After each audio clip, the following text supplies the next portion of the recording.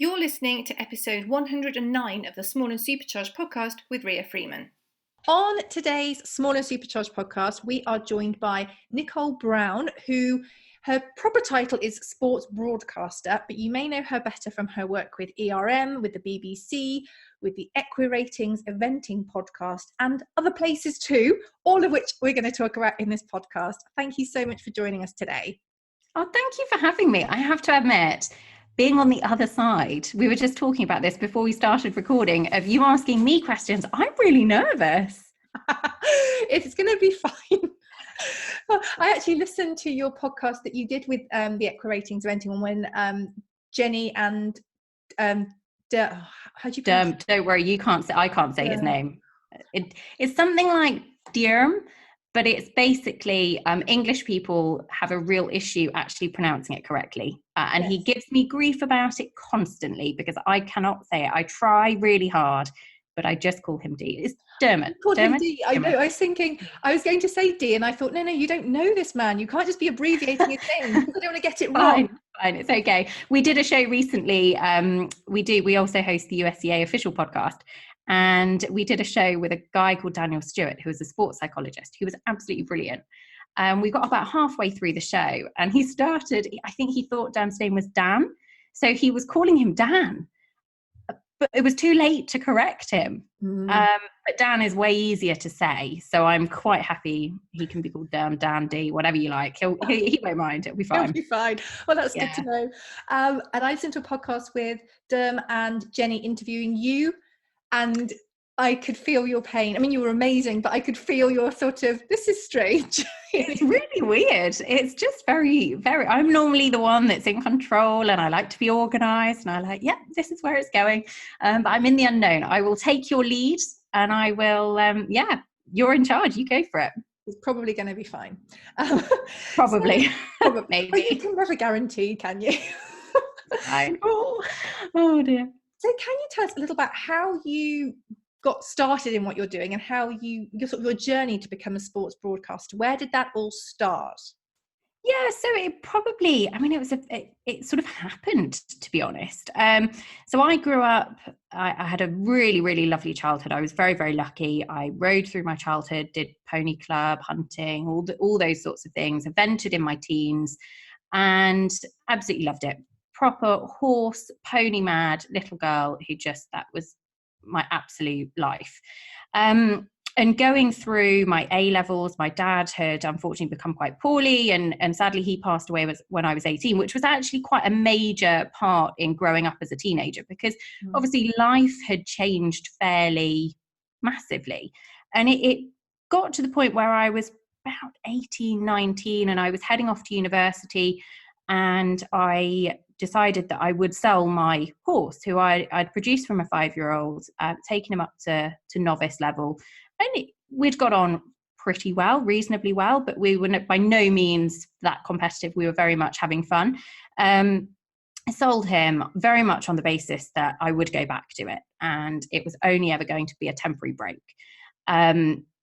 Went to university, funnily enough, actually it was when Dad was very ill, hated it. Left again. So I think, God, how differently could my life have turned out? I might not even be with my husband. I might be doing something totally different. You never know. But left, came home, was working from home. And I basically had decided I was still involved in riding a few horses for other people and that sort of thing. But I wanted to stay involved in eventing. And it was by pure chance. I was working for the local RFU, which is Rugby Football Union. So by absolute coincidence, the guy who was the chairman was a chap called Paul Elliott, who was actually a cross-country controller and ran a local horse trials to us called Winkburn. And we actually lived in Winkburn at the time, so it was very much on our doorstep. And I was chatting to him and we didn't realise this connection that I sort of had a horsey background and he obviously had those connections as well.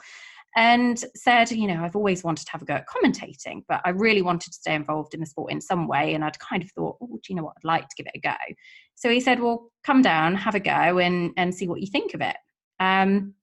They gave me a microphone. Don't think they ever got it back.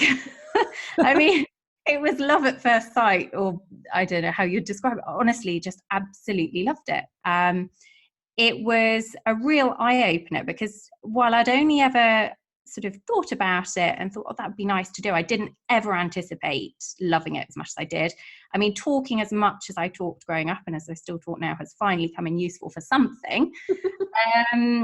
But I started commentating and very much worked my way in from sort of local events, pony club events, a few unaffiliated things. And then I was very, very lucky. I worked with a couple of cross-country controllers, because I was also going through the British Eventing Controller training scheme. I was one of the first people to do that and loved that side of things. So I was very much looking to kind of balance the controlling and the commentating alongside each other, and got some great opportunities to work at a few different events.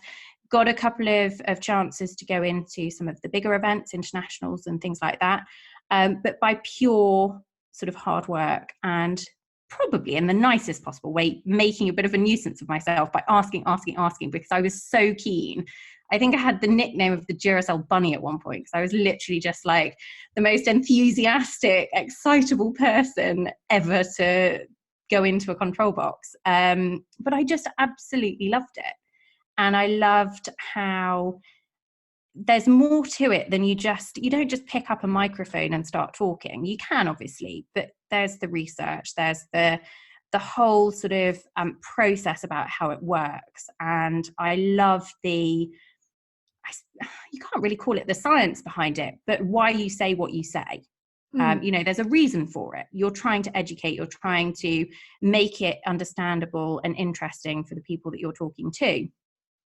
So from there, I basically was doing a lot of commentary and a lot of controlling, and then it sort of morphed even further. And that was around the time, I suppose, that the Event Rider Masters started in 2016.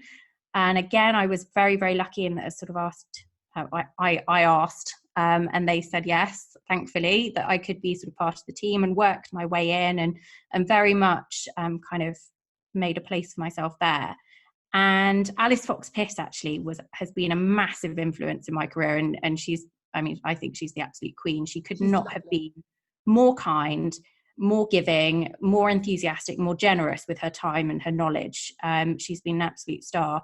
And so people like that really gave me opportunities. And whenever one came my way, I was very keen to sort of take it and try and run with it. And that kind of went from the commentating more into the presenting side of things, and sort of being more in front of camera rather than just hiding behind a microphone.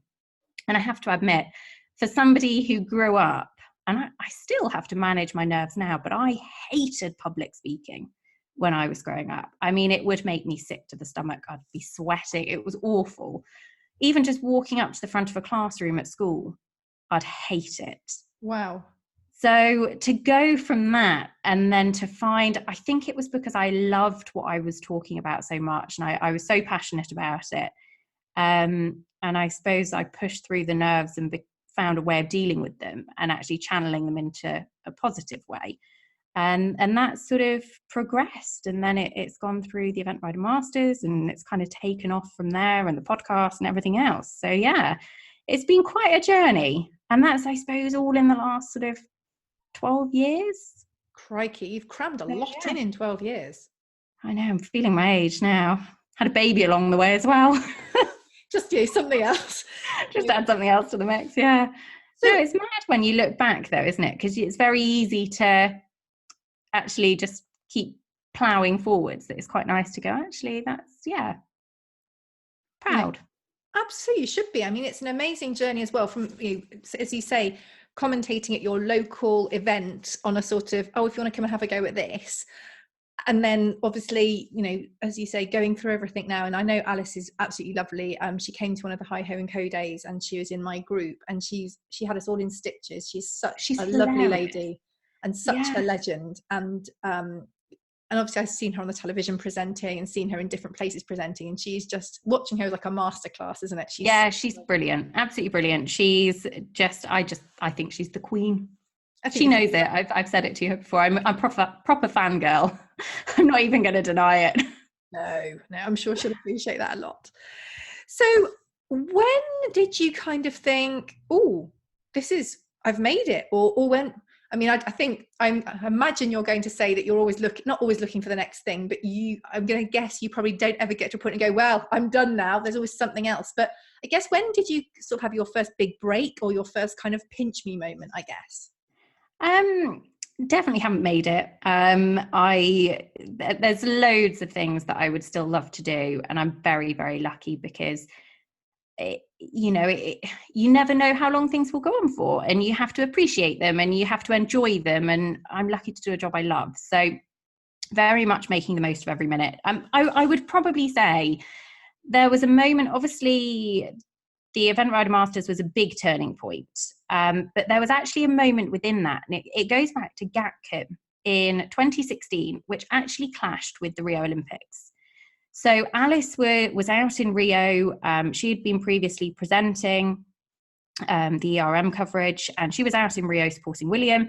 And so Gatcombe was running sort of concurrently. I think the dressage was taking place in Rio the same day that the ERM dressage was taking place, because I remember going into the studio and dashing out to everybody was sort of crowded around a computer screen as William was doing his test, and it was after his amazing comeback after his bad fall, and it was just remarkable.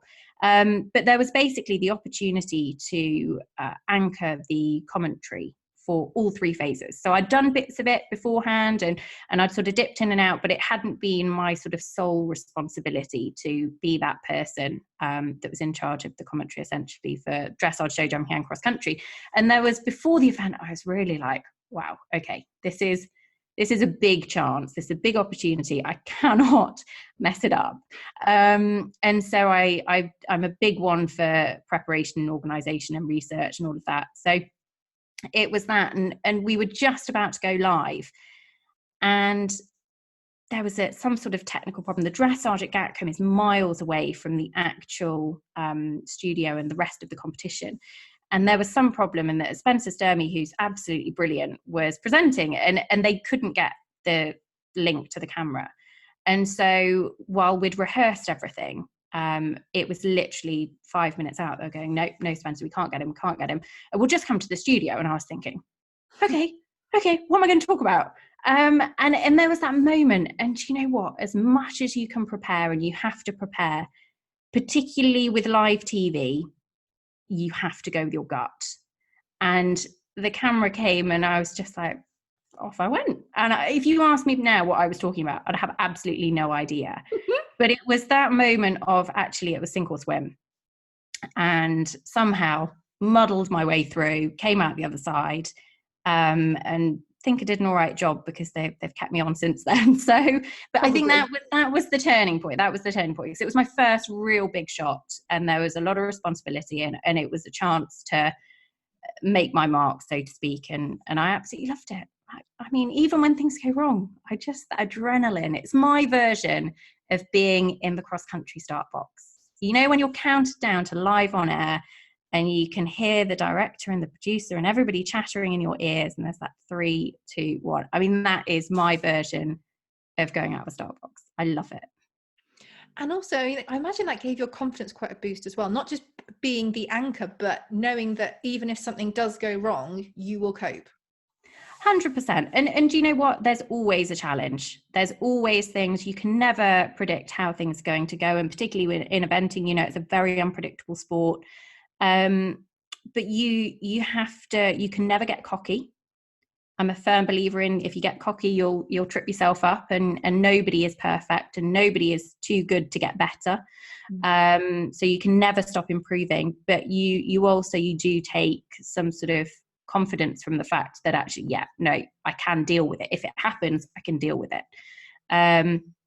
So yeah, it was a big moment, and actually, just thinking back to it now, it makes me realize actually that it was a big turning point, because it's led to so many other things. I've been so lucky. So with ERM, you were involved from the very start, working alongside Alice and working alongside the team. So how did that sort of grow and evolve? Because obviously this year it has been paused due to coronavirus. That's correct, isn't it? Yeah, that's correct. Yeah. Horribly sad, but very much due to come back next year. So how has your kind of involvement changed over that time, and where are you sort of now moving forward into the next season?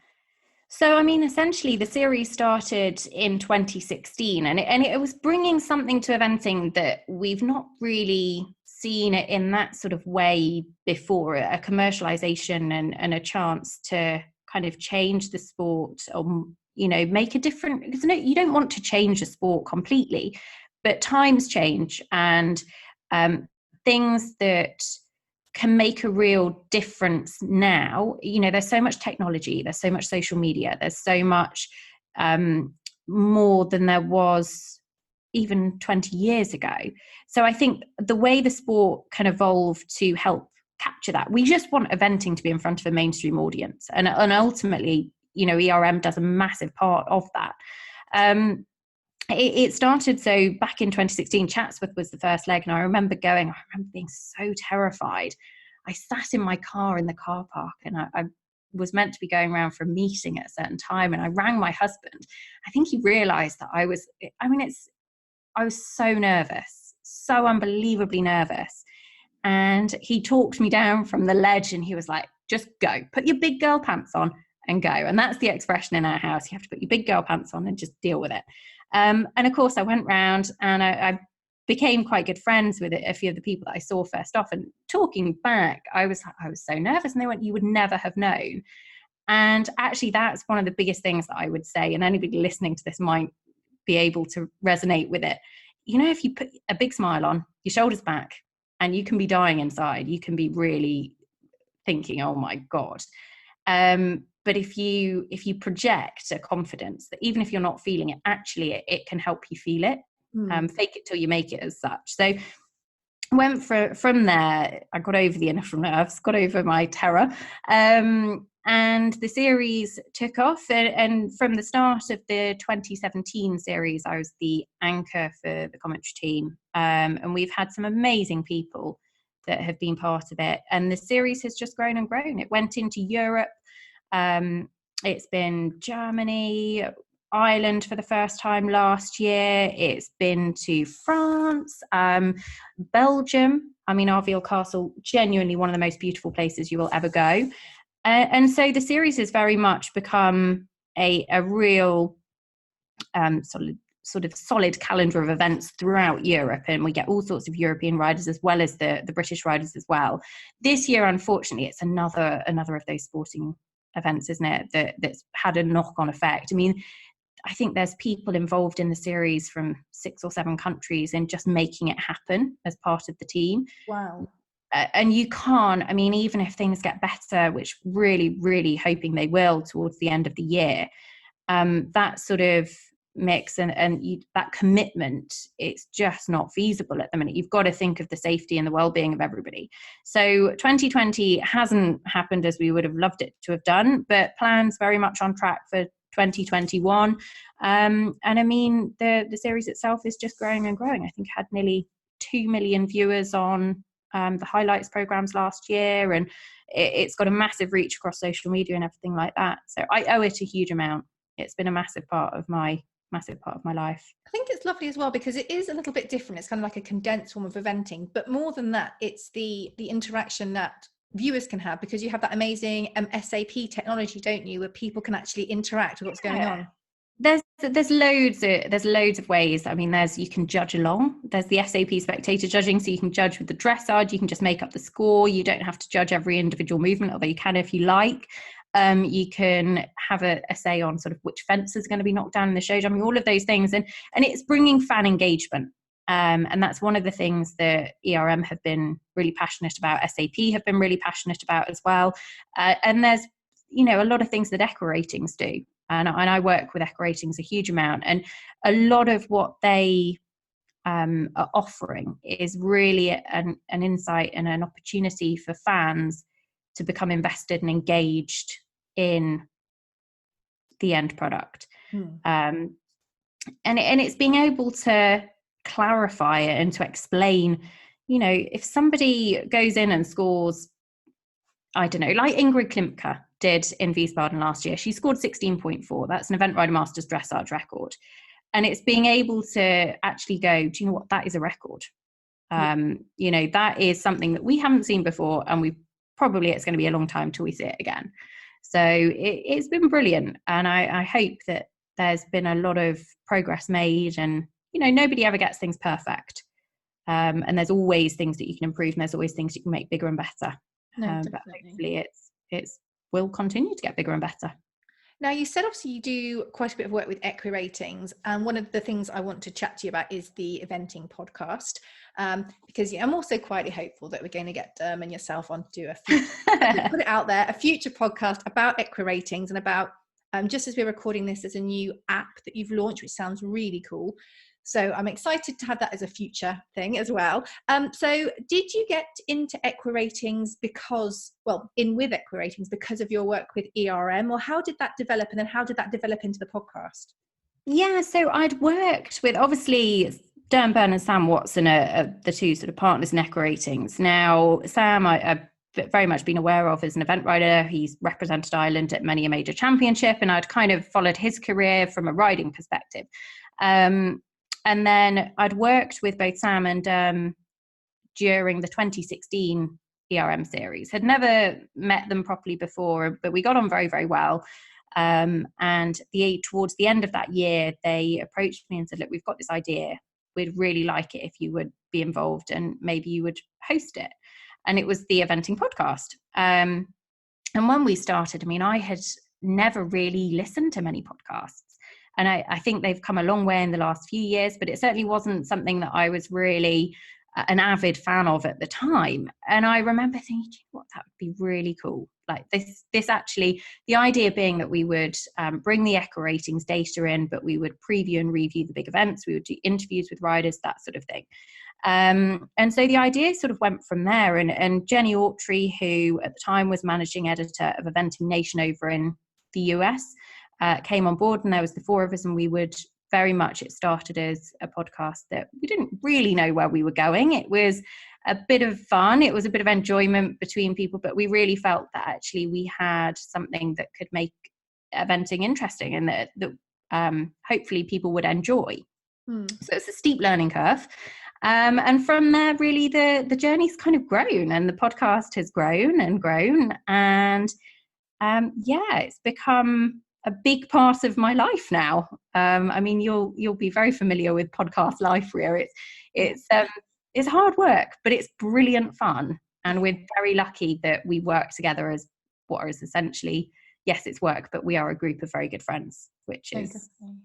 Because you do quite a few episodes, a month, don't you? You really do get through them as well. Yeah, so we actually sat down at the start of 2019 and we said, look, what are we doing? What do we want out of this? What's the aim? What do we need to do to make this easier and more consistent? And I know you talk about consistency, and it's absolutely true.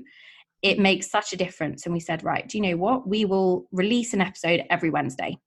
So every single Wednesday, we have a new episode of the Equiratings Eventing podcast. It can be anything from an Equirating special. It can be rider interviews. It can be previews of big events, reviews. It can be more of a fun episode. We have a few slightly off the wall, more kind of entertaining shows. So it's not all deep stats. There's a bit of something for everything. And then so that's every Wednesday, but then we add extra shows in as and where we've got them. So if there's something that we need to preview, then might be an extra preview show, review show, or interviews, that sort of thing.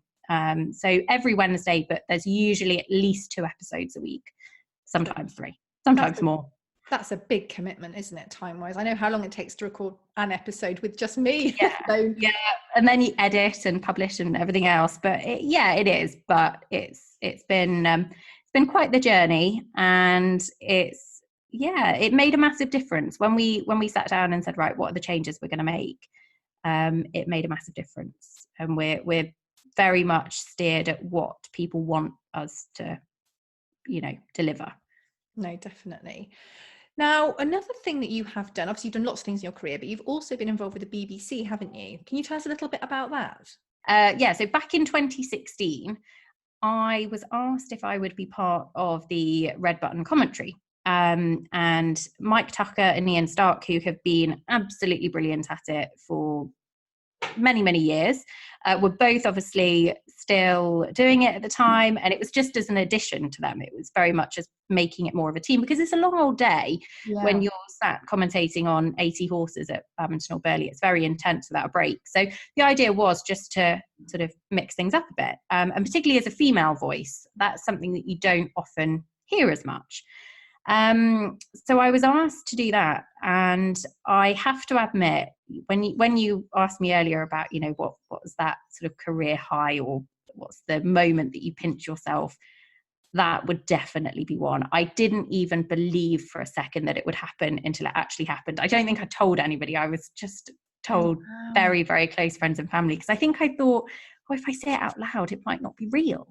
Oh, wow. And I'd grown up listening to Mike and to Ian and watching badminton DVDs and all of those things for my entire childhood. And so to actually be asked to do that, I was like, oh, okay, yes. I mean, it was a definite yes. So yeah, it was an amazing experience and a brilliant opportunity. And the whole team is quite incredible. It never fails to amaze me. When you see something on TV and it can look it's meant to look effortless. Very much, you've got your presenter, you've got your horses jumping fences, and you get all your lovely camera angles, and the science that goes into that, and the detail and the amount of people it takes to make it happen. It's a huge team effort, and it's just mind-blowing. And working with the BBC team, Mike and Ian were both very, very kind to me. Again, I was probably a bit of a fangirl. I was like, oh my gosh, like it's Mike Tucker and Ian Stark, wow. But they were so kind, and I absolutely loved it. Just loved it.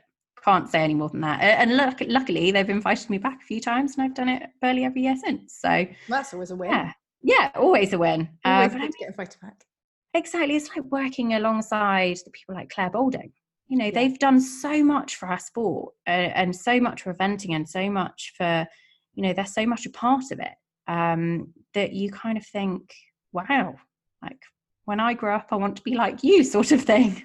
Yeah, she's an absolute superstar. I adore her interviews with the riders. She always manages to just ask exactly the right questions. Whatever round someone's had, the right thing comes out of Claire's mouth. Yeah, she is amazing. And I always remember the first time she called me by my name, I was just like, me? I looked over my shoulder, I was like, yep, she's talking to me. And I got through a whole conversation with her and thought, oh, pat myself on the back. That was really good. It didn't make a tit of myself. It was all right. Great, move on. And I went out feeling quite pleased with myself. And I looked down and I had puppy slobber. I'd got my dog with me. I had puppy slobber all down the front of my jumper. I was just like, oh, never mind. It's fine. But yeah, again, people have been so kind, and they are really ambassadors for our sport. Definitely. Now, when it's a normal season, so you're not in a normal season at the moment, but you're here, there and everywhere during it. I mean, with ERM, you are in England and abroad, and obviously with doing anything with Burghley or badminton, all the big events, and you have got a little boy and a husband and other life-based commitments. How do you juggle it all? How do you balance everything together? Oh, the juggle. Do we ever juggle it all, Ria? Do we ever get it right? I don't. On a daily basis, I don't, just for the record. No, it's so hard, isn't it? I'm so incredibly lucky. I have an amazing husband who has been my biggest cheerleader. And to an extent, he's the one that very much keeps me, grounded and straight and narrow. And like, he's always 100% behind me. He's brilliant. And we were lucky enough to have Toby, he's 18 months now, so October 2018. And he, I don't think you ever totally realise how much your life will change until you're like, oh yeah, it's fine. I mean, I walked the cross-country course at Burghley about 9 months pregnant, and just thought, oh yeah, off I go, fine. And then little did I know that when this tiny little person would arrive, that life would just change beyond all recognition.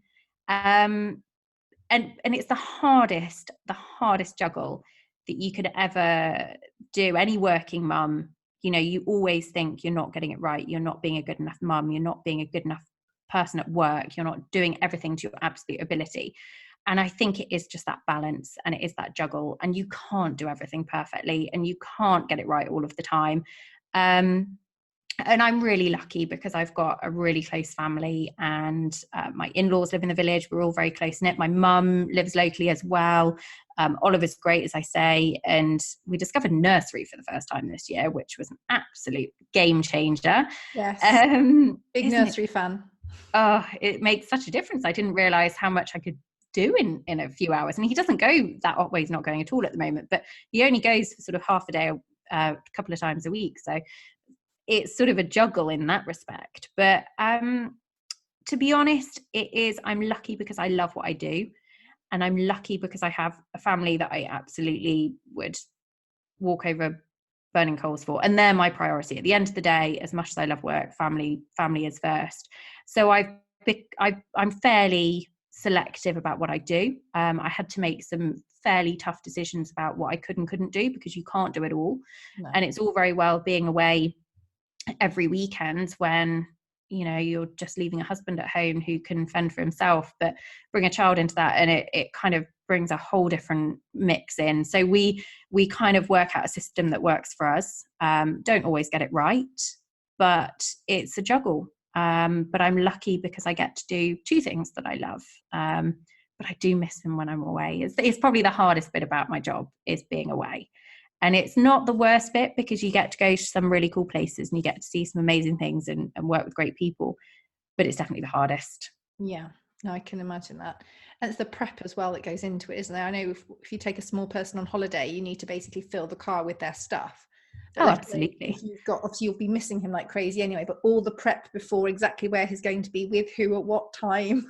I mean, my organisational skills, there's a rota, there's meals in the fridge, there's like everything is down to the absolute minute.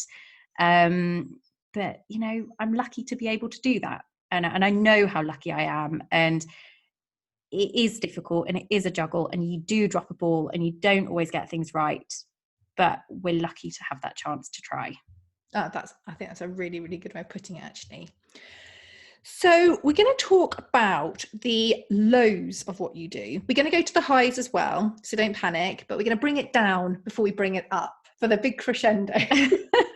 So obviously you said that when you go abroad, you do miss your little chap like crazy. What other kind of lows are there as part of your job or what you do? I would say that you do have to make sacrifices. You know, with anything in life, if you want to pursue something, if you want to be good at something, you do have to make sacrifices to an extent. But I don't think that's necessarily a negative. You have to take the opportunities. I would actually say that one of the lows in my job, so to speak, and it's one that I'm exceptionally fortunate enough not to have actually had to deal with, but I'm aware that it could come my way at some point. So it's something that I say, and I don't mean it in a negative or horrible way, but eventing is a dangerous sport. And unfortunately, there are fatalities, both horse and rider. And I have never been commentating as that's happened.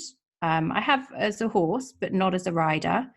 And I've never been on screen. You know, we've not had one during live coverage. And by saying that, I'm thinking, oh my God, please don't let that actually happen now. I've said it out loud, but I've not. But I think you're always aware that actually you respect it. You know, it isn't just, you know, a tennis match with the greatest respect to tennis players, or something like that. You know, it is dangerous, and you've got a living, breathing, half a ton animal, and you're jumping cross-country fences at, you know, 570 meters per minute, and you're going flat out. It's dangerous. We have to accept that. And I think that's probably one of the things that I respect about it. And I'm very aware that, yes, there's lows, there's always lows, but actually that would be, for me, I think, the thing I'm frightened of, that I would hate to happen. And the chances are at some point it might, and I'm prepared for it, but I don't. That would be my worry. And you can't do anything about it. You know, the sport is being made safer and safer, and there's lots of amazing people doing really, really good work in making that happen. It's a risk that everybody understands as they go out of that start box. And as somebody watching on, it's a risk I'm aware of as well. Yeah. No, I can only imagine that would be horrific.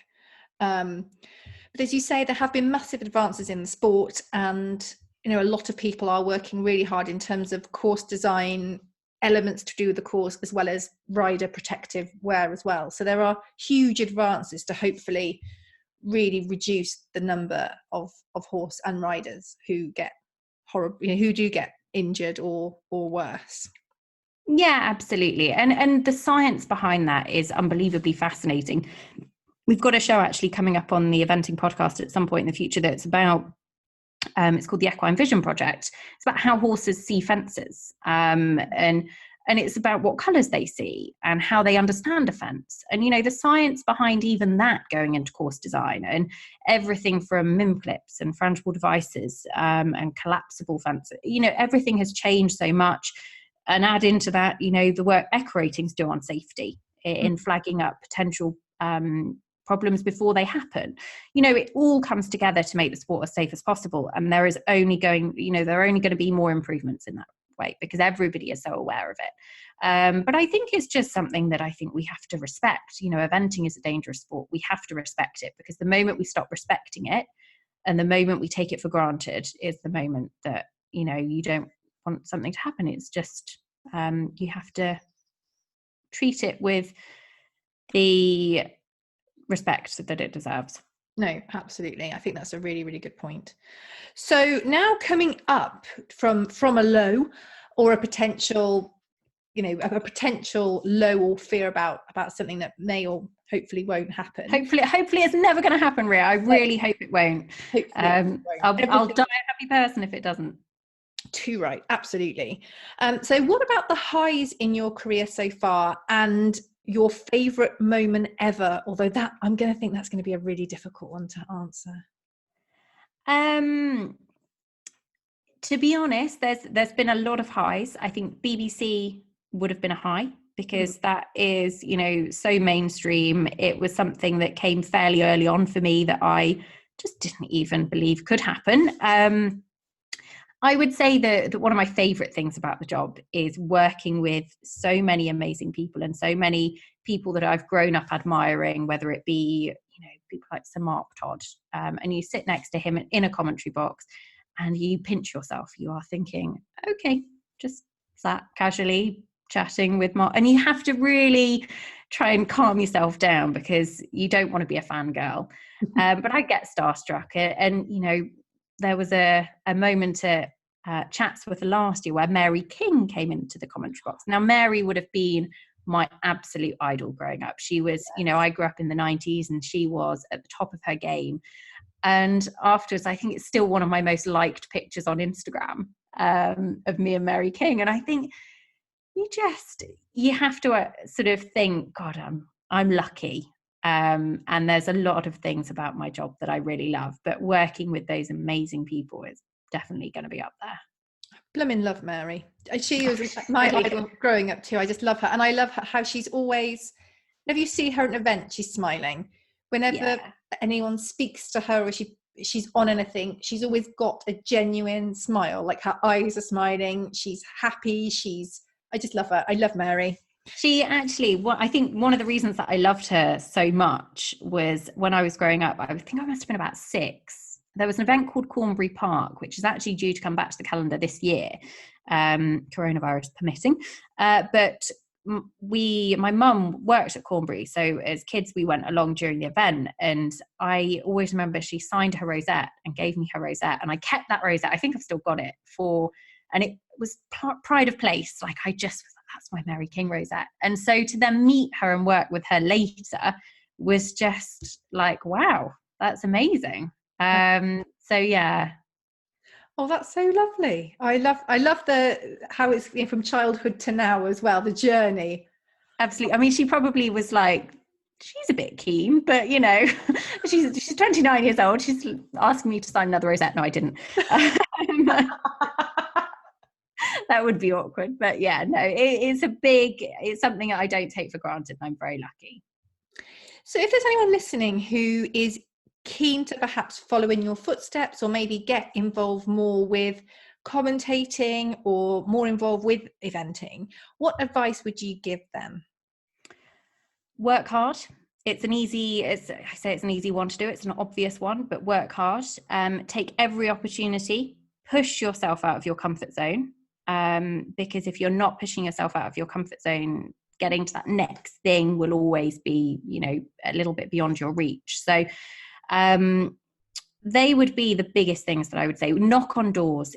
What's the worst that can happen? Somebody can say no. You can send somebody a message and if anybody wants any advice, by all means, send me a message and I'll happily help, because I remember doing that to people and still do it to people. And the sort of just even words of encouragement make a massive difference. So don't be frightened. If you want to go after something, go after it. Do it in the right way. But what's the worst they can say is no. So just ask. Push yourself out there. Put yourself out of your comfort zone, but work hard and don't be afraid to dig a little bit deep. Nothing good in life comes easy. No, I think from obviously our whole chat is that your attitude to work and your work ethic has really shone through about the opportunities you've really worked your backside off for, and to keep performing and keep pushing yourself. It's a constant work, and the whole now you've got a little boy as well. It's always you've got to keep pushing. Yeah, and I think it is with life, isn't it? Like it is what you make it. You've got to have a positive mindset, and I'm a big fan of positivity and probably annoyingly enthusiastic. But you've got to really give yourself those sort of that you can control those things to a degree. You can't control what other people say yes or no to, but if you've not asked, then you won't know. And anybody that's looking to get into either commentating or controlling, talk to your local event, talk to your local organizer, talk to people that do it. And particularly controlling, British Eventing have a great controller mentor program that gives you a real framework, because it's not something that you can just walk in and do, but it gives you a real kind of chance to see what it's about and actually go through and get the support from people that have been doing it for a very, very, very long time. Is there anything that you can tell us that we can keep an eye out for? You can be as cryptic as you like. I know that obviously because of coronavirus, everyone's schedules have been thrown in the air. So what we perhaps expected you to be doing over the next few months, you probably aren't, because the events aren't happening. Yeah. Well, we had, so in the space of a couple of weeks of coronavirus, I was meant to be in America, then I was meant to do ERM, was meant to kick off, then badminton. We had our first, actually, we set up a live podcast at badminton this year, which was going to be in the Horse Trail Support Group marquee, and it was we had rider guests, and we were going to do basically a preview evening, and we sold out within a few days. It was incredible. Wow. We're absolutely gobsmacked. I mean, I was worried nobody had come, and we were so proud that people wanted to come and watch it. So there will be another one. There will be another live show at some point, probably badminton next year, I would imagine at this point. We've got some really exciting projects, and I thoroughly enjoy working on them actually with Equiratings, that I can't say too much about, because I don't know if this podcast will be out before them. But if it's not, if you're an eventing fan and you're listening to this and you think, God, I really want something to keep me occupied, I want something to keep me entertained over the next few months, then absolutely check it out. And again, on the podcast, we have got loads coming up. I mean, it may not be an eventing season at the moment, but fingers crossed that will get cracking later on in the year. But we've got loads of rider interviews. We've got loads of special episodes, lots in the pipeline. So we're not short on content, that's for certain. So can you tell us all the places where we can find you online, and also all the places we can find Equiratings online? So I know a lot of the projects you're working on at the moment are with Equiratings, and we don't want people missing out. No, absolutely. So online, I'm Nicole Brown Media on Facebook, on Instagram, and Nicole B Media on Twitter. Too many characters for Nicole Brown Media on Twitter. And there's probably a lot of pictures of a toddler, a dog, and a building site of our house project at the moment. But that's where I am on social media. You can find the Eventing Podcast, just search Eventing Podcast on Facebook and on Twitter and in your app store if you want to download it. We would love to have you. And then Equiratings, just at Equiratings on Facebook, Twitter and Instagram. That's amazing. Thank you so much for joining me today. I've really loved our chat.